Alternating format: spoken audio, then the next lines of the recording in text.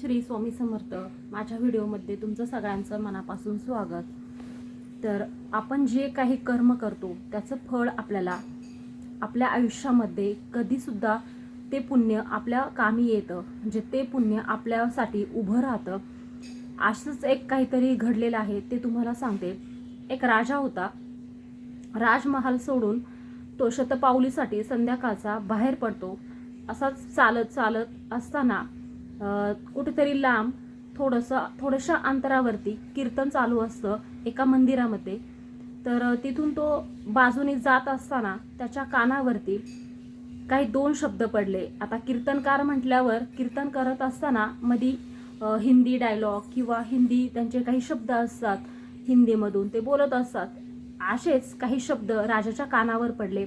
तर ते कीर्तनकार कीर्तन करता करता असे बोलत होते की घिसत घिसत लगाओ पाणी, तेरे दिल की बात मैंने पहचानी. हे शब्द राजाच्या कानावर ऐकले. राजा 2 मिनिटं तिथेच थांबला.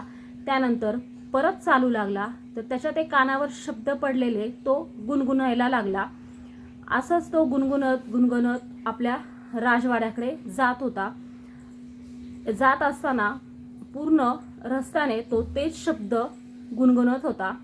आणि त्याच्यानंतर काही दिवस त्याचं असंच चालू होतं.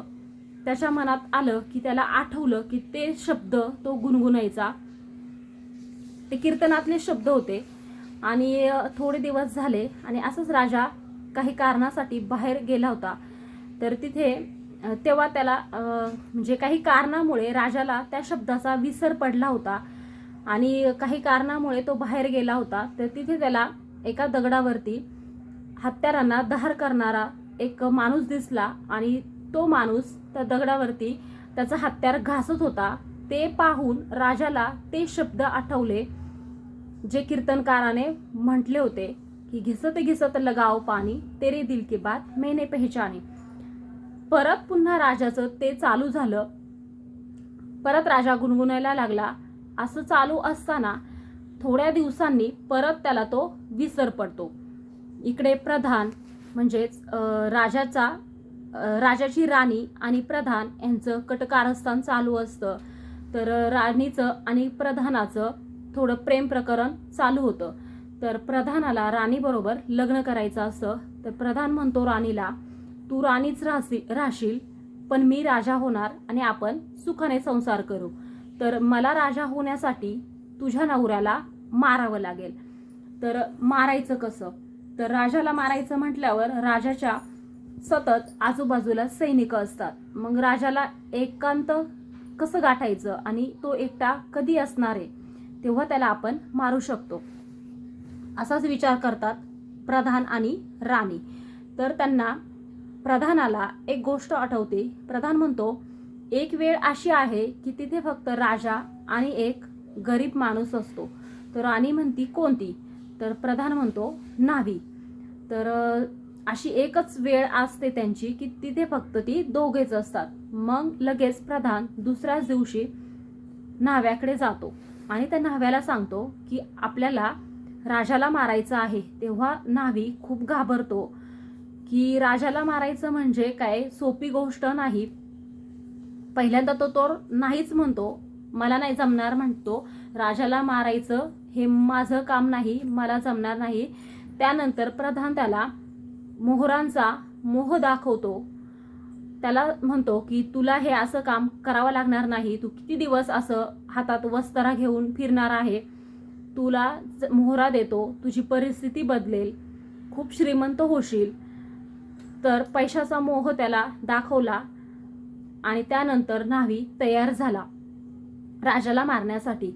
तर प्रधान त्याला म्हणतो की तुझा वस्तारा आज तू धार लावून ठेव आणि उद्या दाढी करण्यासाठी राजाच्या महाली ये. तर असं म्हणतो आणि प्रधान तिथून निघतो.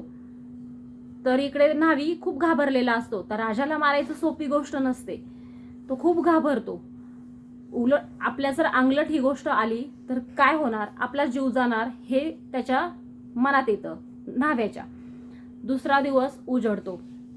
तर राजाला मारायचंय म्हटल्यावर हा वस्तारा असतो, त्याला खूप धार लावतो धार लावून झाल्यावर तो पिशवीत भरायचा विसरतो, घाई गडबडीत, म्हणजे गोंधळामध्ये, त्या टेन्शनमध्ये, का राजाला मारायचं आहे हे टेन्शन त्याच्या डोक्यात चालू असतं. या गोंधळामध्ये तो वस्त्रा घरीच विसरतो आणि ज्या वस्त्राला धार लावलेली नाही, जो गंजलेला आहे, तो वस्त्रा तो पिशवीत टाकतो आणि राजवाड्याकडे निघतो. राजवाड्यात येतो तेव्हा राजा म्हणतो चला, आणि मग न्हाव्याला घेऊन तो एका रूममध्ये जातो दाढी करण्यासाठी. तर राजा बसलेला असतो आणि हा पिशवीतून वस्त्रा काढतो. तो म्हणतो अरे देवा, वस्त्रा तर घरीच राहिला, ज्याला आपण धार लावली होती, आणि ज्याला धार लावलेली नाही, म्हणजे जो गंजलेला वस्त्रा आहे तोच आपण घेऊन आलेलो आहोत. आता राजाला कसं मारायचं हा विचार मनात त्याच्या चालू असतो. तरी पण तो पिशवीत हात घालतो तेव्हा त्याला धार लावण्यासाठी तो दगड सापडतो. तो दगड बाहेर काढतो आणि धार लावायला सुरुवात करतो. तो दगडावरती तो वस्त्रा घासत असताना राजाला ते शब्द, महाराजांच्या कीर्तनातले शब्द आठवतात. ते शब्द असे होते की घिसत घिसत लगाव पाणी, तेरे दिल की बात मैंने पहचानी. हे राजा गुणगुणायला लागतो, सतत गुणगुणतो, कारण हा इकडे धार लावत असतो. टाइमपास म्हणून त्याचं ते आपलं चालू असतं. आणि मग ह्याला टेन्शन येतं, न्हाव्याला टेन्शन येतं.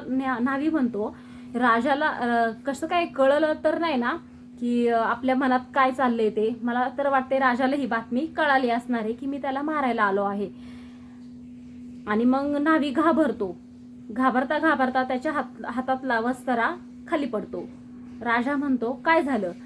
तर न्हावी म्हणतो महाराज, म्हणजे राजांना म्हणतो की मला माफ करा, मला हे कोणीतरी सांगितलं आहे की तुम्हाला मारायचं आहे, पण मला मारायची तुम्हाला इच्छा नाही, पण माझ्यावरती दबाव आहे की तुम्हाला मारायचं, असं मला आदेश आहे वरून, पण मला माफ करा. तो राजाचे पाय धरतो, पण राजा पटकन उठतो, त्या न्हाव्याला काही सुद्धा करत नाही.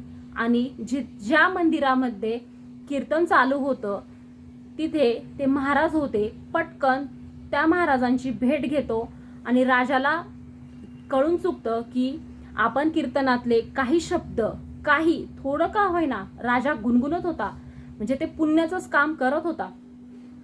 तर माझा जीव वाचला. त्या 2 शब्दांनी राजाला इतकं भरून आलं आणि त्या महाराजांची भेट घेतली, त्या महाराजांचे पाय धरले आणि म्हणले, राजा म्हणाला त्या महाराजांना की तुमच्यामुळं आज माझा जीव वाचला आहे. असंच एका दिवशी मी इथून जात असताना तुमच्या कीर्तनातले 2 शब्द माझ्या कानावर पडले. मला जेव्हा आठवेल तेव्हा मी ते गुणगुणत होतो आणि आज त्या शब्दांमुळेच माझा जीव वाचला आहे. राजा नमस्कार करतो महाराजांना, पाय धरतो आणि घरी येतो. राजाला कळतं की आपण हे कीर्तनातले 2 शब्द गुणगुणत होतो त्यामुळेच आपला जीव वाचला आहे. सांगायचं तात्पर्य एवढंच आहे, आपण जर चांगला मार्ग धरला, आपण जर चांगलं कर्म केलं तर आपल्या आयुष्यात येणारी संकटे कधीच दूर होतात हे आपल्याला कळत सुद्धा नाही. परमेश्वर आपल्या सदैव पाठी असतो हे विसरू नका आणि चांगलं कर्म करा. ह्या व्हिडिओमार्फत एवढं सांगायचं होतं. तुम्हाला जर व्हिडिओ आवडला असेल तर चॅनलला सबस्क्राईब नक्की करा. धन्यवाद.